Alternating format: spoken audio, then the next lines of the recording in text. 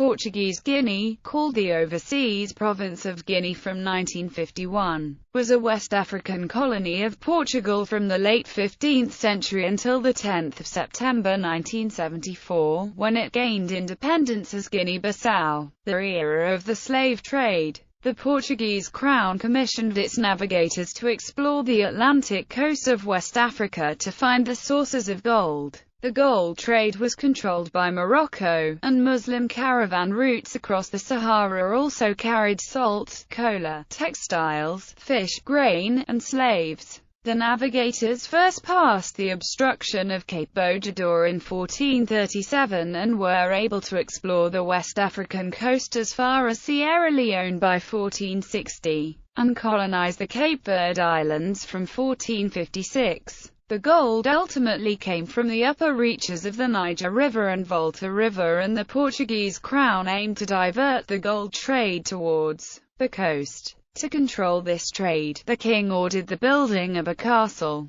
called São Jorge da Mina, on the Portuguese Gold Coast in 1482, and other trading posts. The Portuguese government instituted the Company of Guinea to deal with the trading and to fix the prices of the goods. Besides gold, ivory, melgeta pepper and slaves were traded. It is estimated that the Atlantic slave trade transported around 11 million people from Africa between 1440 and 1870, including 2 million from Senegambia or Upper Guinea. This area was the source of an estimated 150,000 African slaves transported by the Portuguese, mainly from Upper Guinea before 1500. Some used to grow cotton and indigo in the previously uninhabited Cape Verde Islands. Portuguese traders and exiled criminals penetrated the rivers and creeks of Upper Guinea, forming a mulatto population using Portuguese-based Creole language as their lingua franca. After 1500, the main area of Portuguese interest for gold and slaves was further south in the Gold Coast.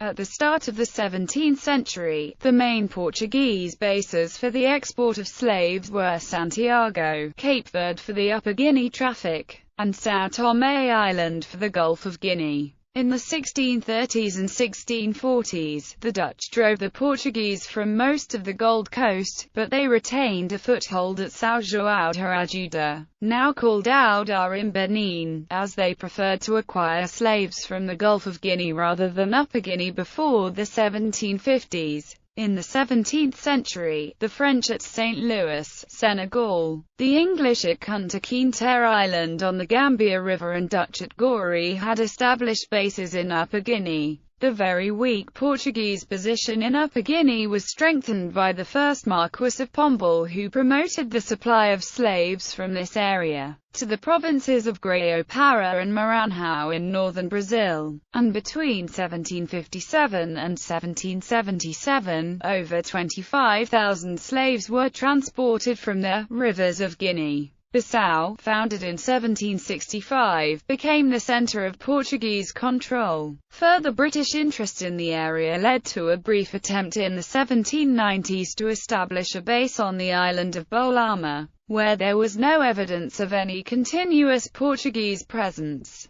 Between the retreat of the British settlers in 1793 and the official Portuguese occupation of the island in 1837, there were several attempts to establish a European presence on the island. Even after the Portuguese had asserted their claim in 1837, Afro-Portuguese lived and worked there alongside Afro-British from Sierra Leone, since Britain did not relinquish its claim to Bolama until 1870. The abolition of the slave trade by Britain in 1807 presented the slave traders of Guinea with a virtual monopoly of the West Africa slave trade with Brazil. Despite the Brazilian and Portuguese governments agreeing to stop this traffic in the 1830s, it probably continued at 18th century levels, and only declined significantly after 1850, when the British government put pressure on Brazil to enforce its existing ban on the import of slaves. The last significant consignment of West African slaves reached Brazil in 1852.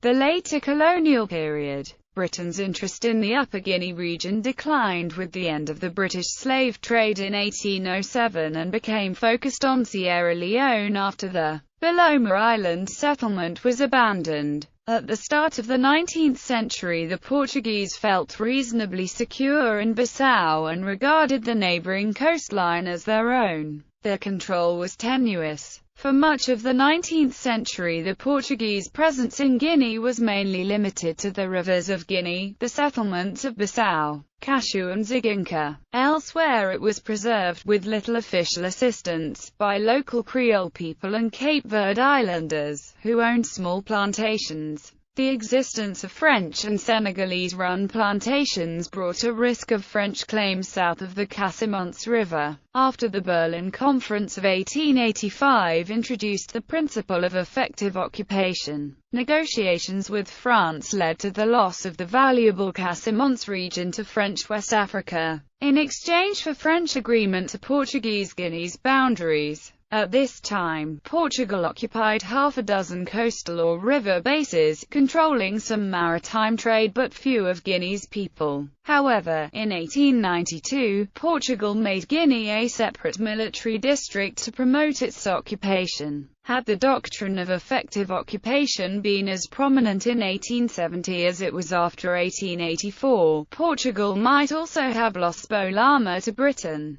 However, Britain and Portugal agreed to international arbitration in 1868. President Ulysses S. Grant of the United States of America acted as arbiter, and in 1870 he awarded the island to Portugal. Portugal's precarious financial position and military weakness threatened the retention of its colonies. In 1891, Antonio José Enes rationalized taxes, and granted concessions in Guinea, mainly to foreign companies, which could increase its exports. The increased revenue was designed to fund a gradual extension of control, to allow Portugal to tax trade and the indigenous people. The modest increase in government income between 1895 and 1910 did not meet the cost of European troops used to impose taxes. Enes' policies largely failed. Resistance continued in the interior, on the islands and at the coast.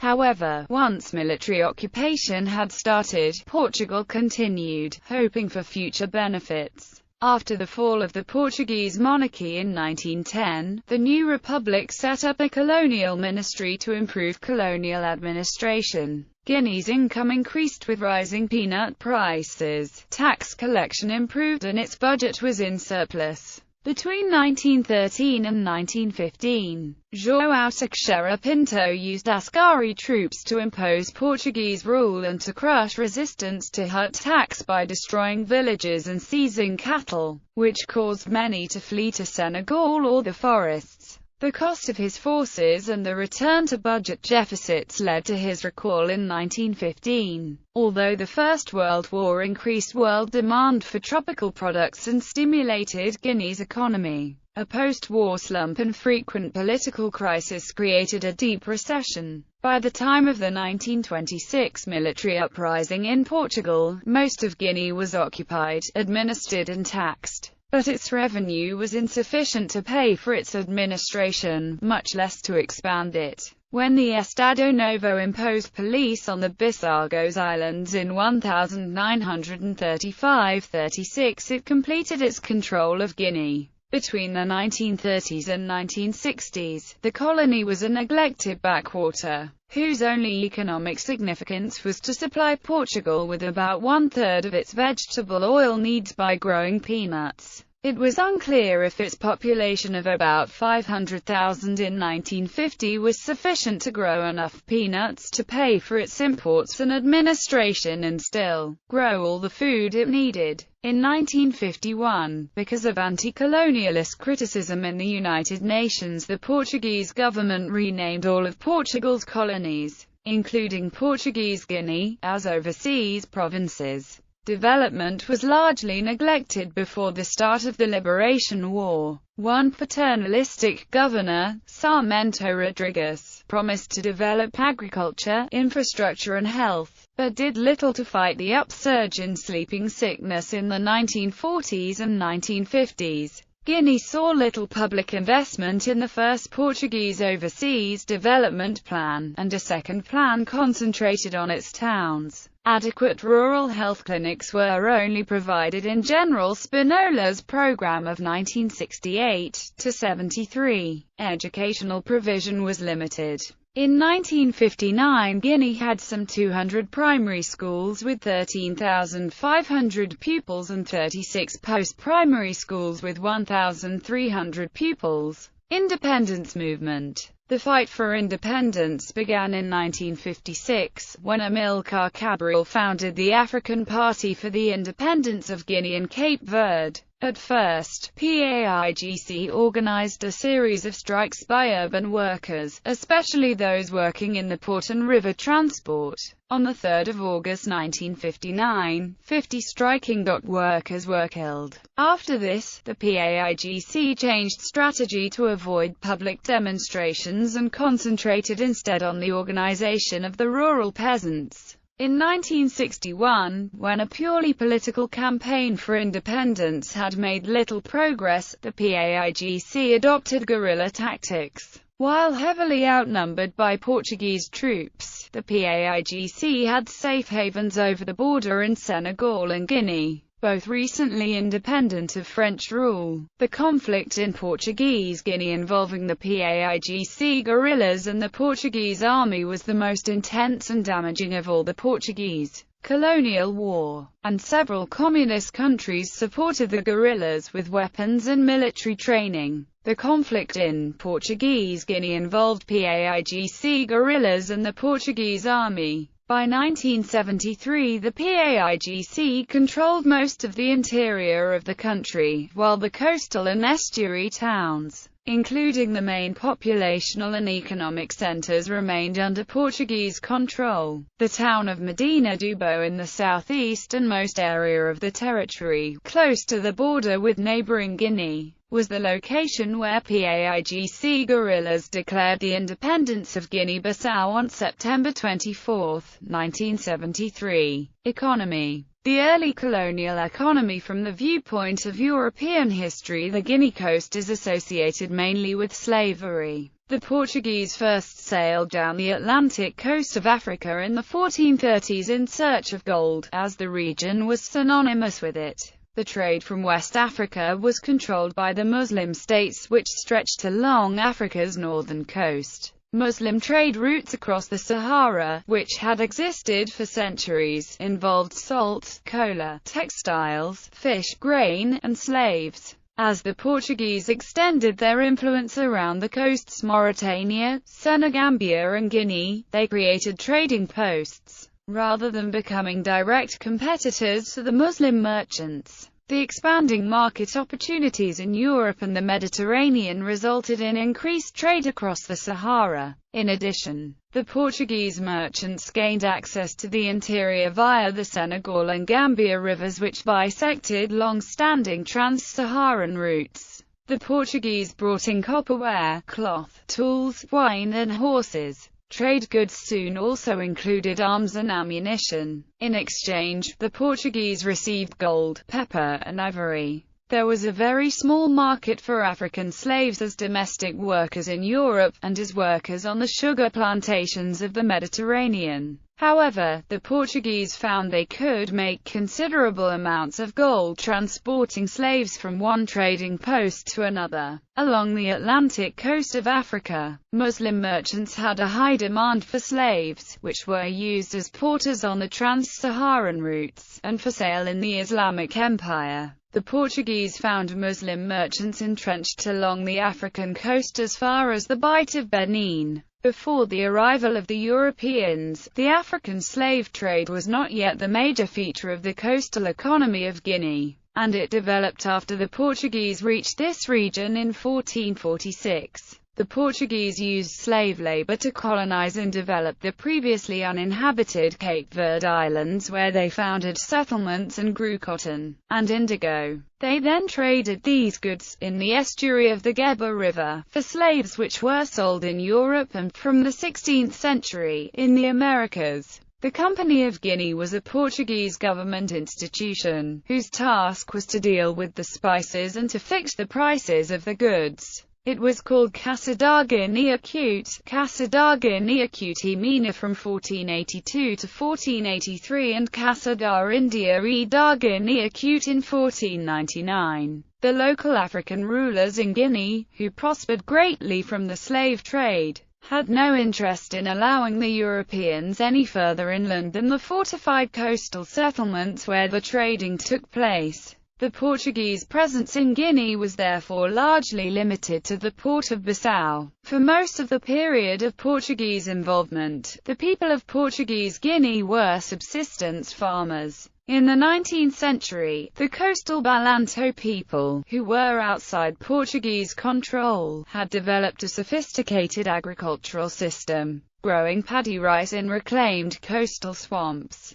Much of this rice was exported to surrounding territories, particularly after indigenous rice types were replaced by imported varieties. The Balanta also participated in the slave trade in this period. Another crop developed in this period was peanuts, and exports from Portuguese Guinea began in the mid-19th century. As intensive plantation cultivation led to reduced soil fertility, peanuts were normally grown by peasants in the Portuguese-controlled areas who mixed them with food crops and maintained fallow periods. The later colonial economy before the Estado Novo period. Portugal was weak internationally and stronger powers forced it to pursue free trade policies in its colonies. The Estado Novo replaced free trade by protectionism and state economic intervention. The colonies were to provide Portugal with raw materials, foreign exchange, taxes and labor, and absorb its manufactures and surplus people. Although Guinea produced some rubber at the end of the 19th century,